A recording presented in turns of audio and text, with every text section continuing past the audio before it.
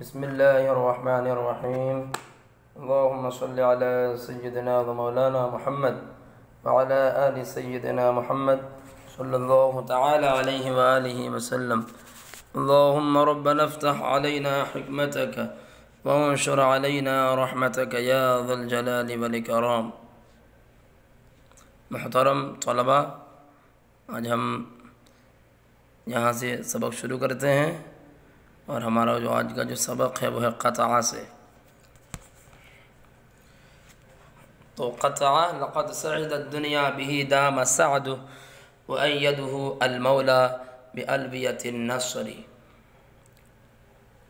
كذلك تنشأ لينة هو عرقها وحسن نبات الأرض من کرم البذر. یقیناً دنیا نیک بخت ہو گئی ان کی وجہ سے. دام سعدہ، اللہ ان کی نیک بختی کو ہمیشہ قائم رکھے اور ان کی مدد فرمائے فتح مندی کے جھنڈوں سے. اسی طرح ان کی شاخیں بڑھتی ہے اور جس کے اصل اور جڑ وہ خود ہیں. زمین کی پیداوار کی خوبی یہ بیج کی عمدگی کی وجہ سے ہوتی ہے. تو اس کا ترجمہ ہوا، ایک ایک لفظ کا معنی دیکھ لیں. لقد سعد الدنیا لام برائے تاکید ہے، اور قد حرف تحقیق، اور کبھی تقریب کے لیے آتا ہے کبھی تقلیل کے لیے آتا ہے. اور سعد الدنیا، سعد یسعد باب سمیعہ سے آتا ہے نیک بخت ہونا دنیا. اور بھی دام سعدہ، دام سعدہ جو ہے دعائیہ جملہ ہے، اور ایدہ المولا یہ بھی دعائیہ جملہ ہے پورا. اب ایک بات یہاں پر یہ ہے کہ دام یدوم ہمیشہ رہنا، ہمیشہ قائم رکھنا، یہ باب نصرہ سے آتا ہے. اور جو ہے ایدہ یؤید تائید فرمانا، مدد فرمانا، تائید باب تفعیل سے. المولا سے اللہ رب العزت مراد ہے. اور بِأَلْوِيَةٍ، الویتن کا معنی جھنڈا، پرچم. لواء ان کی جمع ہے، جیسے کہ لواء الحمد بولتے ہیں کہ جو ہے، تو لواء ان کی جمع الویتن. النصر مدد فرمانا، نصر ینصر باب نصرہ سے. تو جو ہے اب یہاں پر یہ دعائیہ جملہ ہے. اور آپ ایک بات یاد رکھیں کہ جب فعل ماضی دعا کے لیے استعمال ہوا ہو تو ہمیشہ جب بھی فعل ماضی دعا کے لیے استعمال ہو تو وہ مستقبل کے معنی میں ہوتا ہے. کس کے معنی میں؟ مستقبل کے معنی میں ہوتا ہے. تو اللہ تعالیٰ ان کی نیک بختی کو ہمیشہ قائم رکھے اور ان کی مدد فرمائے فتح مندی کے جھنڈوں سے. اب نیچے کا ایک ایک لفظ کا معنی دیکھ لیں، پھر ہم ترجمہ لگا دیں گے. کذالک اسی طرح. کذالک اصل میں جو ہے کافر پہ جا رہا ہے، اور ذالک اس میں اشارہ اس کا مجرور ہے، تشبیہ کے لیے آتا ہے. اور تنشأ، نشأ ینشأ یہ باب فتحہ سے ہے. نشأ ینشأ معنی بڑھنے کے معنی میں آتا ہے اور نوپید ہونے کے معنی میں آتا ہے باب فتحہ سے. اور لینتن کا معنی جو ہے شاخ آتا ہے، درخت آتا ہے، جمع اس کی لینن آتی ہے. اور ہوا عرقها، عرق بولتے ہیں اصل، ہر چیز کا جو اصل ہو اس کو عرق کہا جاتا ہے. اور عرق معنی رگ بھی آتا ہے، اس کی جمع عروق آتی ہے، اعراق بھی آتی ہے. اسی طرح حسن اچھائی، نبات، نبتن کی جمع ہے گھاس کے معنی میں. اور الارض زمین، من کرم البذری، کرم معنی اچھا، اور البذر کا معنی بیج آتا ہے، جمع اس کی بذور آتی ہے. اب ایک ایک لفظ کا معنی ہو گیا. اب آپ پھر ترجمہ دیکھیں. یقیناً دنیا نیک بخت ہو گئی ان کی وجہ سے. اللہ ان کی نیک بختی کو ہمیشہ قائم رکھے. وَأَيَّدَهُ الْمَوْلَى، اور ان کی اللہ رب العزت مدد فرمائے بِأَلْوِيَةِ النَّصْرِ فتح مندی کے جھنڈوں سے. كَذَلِكَ تَنشأ لِينَةٌ هِيَ عِرْقُهَا، اسی طرح ان کی شاخیں بڑھتی ہے. تنشأ لِينَةٍ شاخیں بڑھتی ہے. وَعِرْقُهَا کہ جس کے اصل اور جڑ وہ خود ہے. وحسن نبات الارض من کرم البذر، اور زمین کی پیداوار کی خوبی من کرم البذر بیج کے عمدگو کی وجہ سے ہوتی ہے. حضرت شیخ سعدی نے کہا کہ دنیا ان کی وجہ سے نیک ہے، نیک بختی دنیا کو ان کی وجہ سے حاصل ہوئی۔ اور جو ہے پھر اپنے شیخ کے لیے دعائیہ جملہ کہا، بادشاہ کے لیے، اور یہ بھی دعا دی کہ مولا آگے ان کی اولاد کو اسی طرح بنانا، یہ مطلب ہے۔ عزت تعالی و تقدس خطہ پاک شیراز را بہیبت حاکمان عادل و بہمت عالمان عامل تا زمان قیامت در امان سلامت نگہدار۔ عزت تعالی و تقدس، اللہ رب العزت کو کہا جاتا ہے عزت، اور عزت تعالی اللہ پاک و برتر و بزرگ و برتر، شیراز کے پاک شیراز کے خطے کو، پاک شیراز کے خطے کو انصاف پر حاکموں اور عالم باعمل لوگوں کی برکت سے قیامت تک امن و سلامتی میں رکھے، امن و سلامتی میں رکھے۔ یہ ایک دعائیہ جملہ حضرت شیخ سعدی نے کہا ہے۔ تو عزت تعالی و تقدس کا معنی ہے اللہ پاک اور بزرگ و برتر، اللہ پاک بزرگ و برتر۔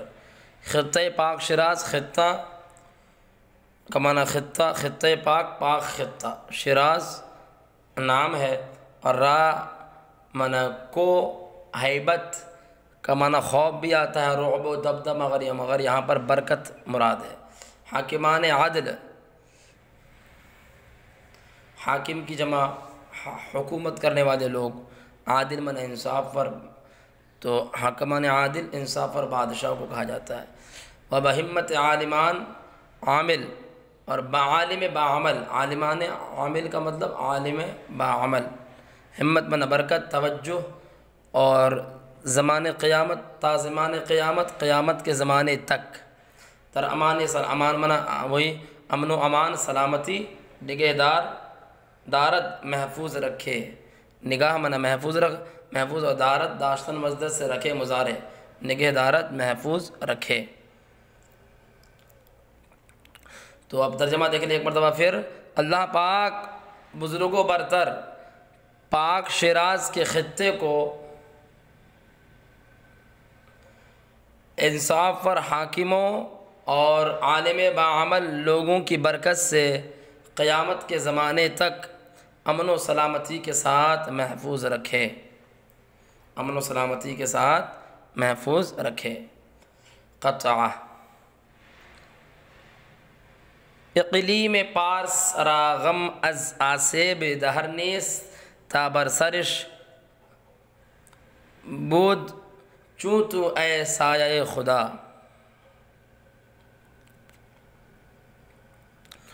اقلیم فارس کے ولایت کو زمانے کے فتنوں کا غم نہیں ہے جب تک اس کے سر پر تجھ جیسا اے سایہ خدا حاکم ہو۔ تو اقلیم کا معنی جو ہے وہ گاؤں آتا ہے، اور اس اقلیم کا معنی ملک بھی آتا ہے۔ اقلیم کا معنی گاؤں، اور اقلیم کا معنی ملک بھی آتا ہے، اور اقلیم اس کی جمع اقالیم آتی ہے۔ حکماء کی تحقیق کے مطابق قرۂ ارض کی خشکی کا جو 7واں حصہ ہے اس کو اقلیم کہا جاتا ہے، اور یہ لفظ اقلیم ہے، اقلیم کوئی نہ پڑھے۔ معنی ملک بھی آتا ہے، ولایت بھی آتا ہے، گاؤں کے بھی معنی بھی کبھی کبھی آتا ہے، اور پارس کا معنی آتا ہے فارس، ملک فارس۔ ایران کے علاقہ جو ہے، ایران کے علاقے کو جو ہے پارس کہا جاتا ہے، چونکہ یہ علاقہ پارس کہنے کی وجہ کیا ہے؟ یہ علاقہ جو ہے پارس بن پہلو بن سام بن نوح کی سلطنت رہا ہے، اسی لیے اس نام سے یہ مشہور ہو گیا ہے، اسی کی مناسبت سے اس کو پارس کہا جاتا تھا۔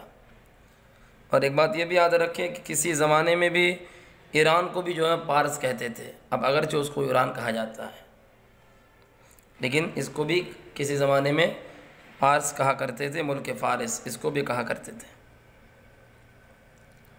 اس کے بعد جو لفظ ہے ارامن کو غمن، وہی غم، مصیبت، پریشانی، ازمن سے آسیب کا معنی جادو اور فتنہ اور حوادثات بھی آتے ہیں، اور دہر معنی زمانہ جب اس کی ظہور آتی ہے، نیس معنی نہیں ہے، اور تامن جب تک برسرش اس کے سر پر،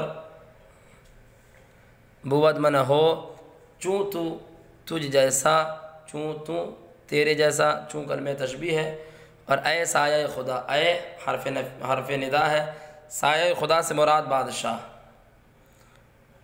سایہ خدا سے مراد بادشاہ ہے۔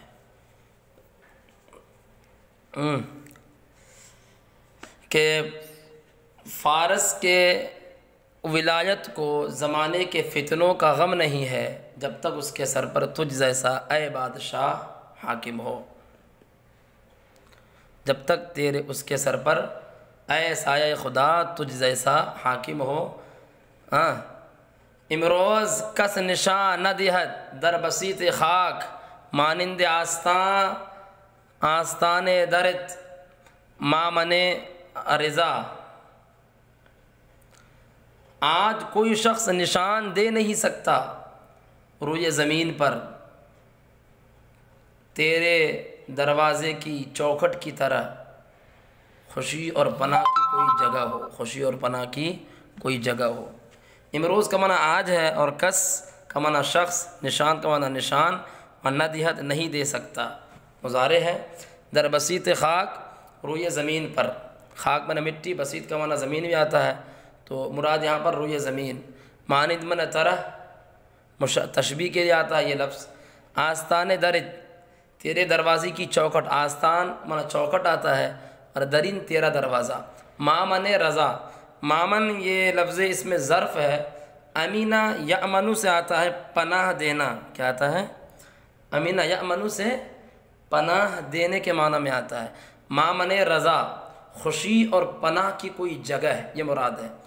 اور جو یہاں پر اس شعر میں جو اشارہ ہے، اس شعر میں جو اشارہ ہے مامن رضا سے، اشارہ حضرت امام علی موسیٰ رضا کے مزار کی طرف اشارہ ہے۔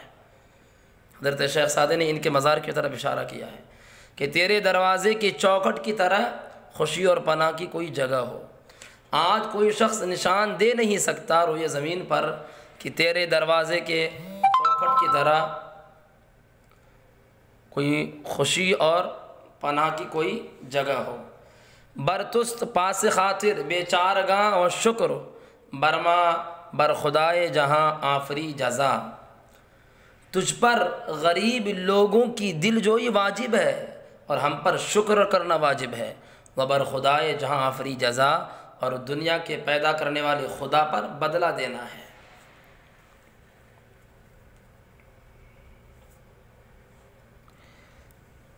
تو برتس من تجھ پر ہے، اور پاس خاطر دل جوئی کے معنی میں آتا ہے، اور لحاظ، پاس کا معنی لحاظ، اور خاطر دل کو کہا جاتا ہے، پاس خاطر کا معنی دل جوئی۔ اور بیچارگاں، بیچارگاں یہ جمع ہے بیچارے کی، جو ہے ہاں کو پہلے کاف سے بدلا گیا، اور کاف سے بدلنے کے بعد الف نون بڑھا دیا گیا تو بیچارگاں ہو گیا۔ بیچارے غریب لوگوں کو کہا جاتا ہے، اور جو ہے یہ مرکب ہے بے حرف نفی اور چارہ سے۔ کس سے؟ بے حرف نفی اور چارہ سے۔ بیچارہ، بیچارہ اس شخص کو کہتے ہیں کہ جو اپنی پریشانی اور دقتوں کو دور نہ کر سکے، ہمیشہ پریشانیاں مصیبتوں میں مبتلا رہے، اس کے لیے لفظ بیچارہ بولا جاتا ہے۔ شکر کا معنی شکر، برما من ہم پر، برمن پر خدائے اللہ تعالیٰ، جہاں آفری اس میں فاعل سماعی، دنیا کو پیدا کرنے والا، جزا من بدلہ، کہ تجھ پر غریب لوگوں کی دلجوئی واجب ہے، اور ہم پر شکر کرنا، اور دنیا کے پیدا کرنے والے خدا پر بدلہ دینا ہے۔ وہ آخری شعر پڑھ لیتے ہیں، اب دیکھیں آخری شعر یہاں پر ہے۔ یا رب زباد فتنہ نگہدار، خاک پارس چندہ کے خاک را بود و بادرا بقا۔ یا رب، اے رب، اے پالنہار، اے پروردگار، فتنے کے ہوا سے فارس کی مٹی کو محفوظ رکھ، جتنا کہ مٹی کو اور ہوا کو بقا ہو۔ جتنا کہ مٹی اور ہوا کو بقا ہو۔ یا رب، رب پالنہار پروردگار کے معنی میں آتا ہے، اور ذا یہ الف وزن شعری کی وجہ سے الف کو گرا دیا گیا ہے، اصل میں از تھا، اور بعد کا معنی ہوا، فتنہ، فتنہ نگہدار، محفوظ رکھ، حفاظت کر، محفوظ رکھ کے معنی میں آتا ہے فعل امر نگاہ۔ اور جو ہے خاک پارس، فارس کی مٹی، چندہ کے جتنا کہ خاکرہ مٹی کو، بود ہو بعد من ہوا، را من کو، بقا من باقی رہنا۔ اے رب فتنے کی ہوا سے فارس کی مٹی کو محفوظ رکھ، جتنا کہ مٹی کو اور ہوا کو بقا ہو۔ مطلب شعر کی وضاحت جو ہے، شعر کی تشریح واضح، شعر کا مطلب جو ہے واضح ہے کہ حضرت شیخ سعدی نے کہا کہ ملک فارس کی ولایت کو زمانے کے فتنوں کا کوئی غم نہیں ہے۔ کیوں غم نہیں ہے؟ کیونکہ اس کے سر پر ایک بادشاہ ہے اور ایک رکھوالا ہے کہ جو ان کی دیکھ بھالی کرتے ہیں، ان کی وجہ سے ان کو کوئی تکلیف نہیں، زمانے کے فتنوں کا غم نہیں ہوتا ہے۔ اور آج کوئی شخص نہیں بتا سکتا، روئے زمین پر کوئی بھی نہیں بتا سکتا کہ اس کے آستانے کی طرح خوشی اور رضا کی کوئی آستانہ ہو، ہے ہی نہیں، کوئی شخص بتا ہی نہیں سکتا۔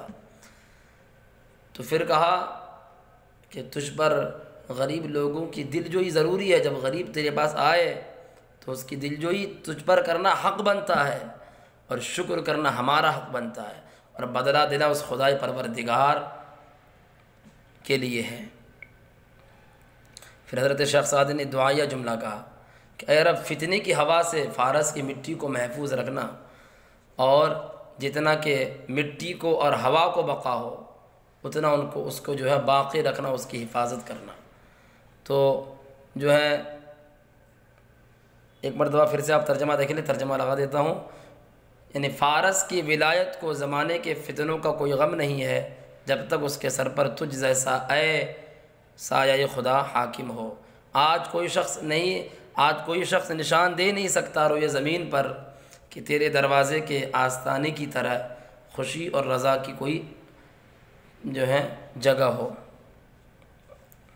تجھ پر غریب لوگوں کی دلجوئی واجب ہے، اور ہم پر شکر کرنا، اور خدائے پروردگار دنیا کو پیدا کرنے والے خدا پر بدلہ دینا ہے۔ اے رب فتنے کی ہوا سے فارس کی مٹی کو محفوظ رکھ، جتنا کہ مٹی کو اور ہوا کو بقا ہو۔ وآخر دعوانا ان الحمدللہ رب العالمین۔ یہاں سے ہم انشاءاللہ چونکہ بحث ختم ہو گیا، اسی وجہ سے ہم نے تھوڑا سا پڑھایا ہے، اب انشاءاللہ اگلے درس سبب تعریف کتاب یہاں سے شروع کریں گے۔ اللہ رب العزت کی بارگاہ میں دعا کرتے ہیں کہ مولا یہ کتاب خیر کے ساتھ مکمل کرا دیں، اور آپ لوگوں سے گزارش کرتا ہوں، عرض کرتا ہوں کہ بندہ حقیر، بندہ اصیل محمد ندیم اختر قادری کے لیے دعائیں خیر فرمائیں۔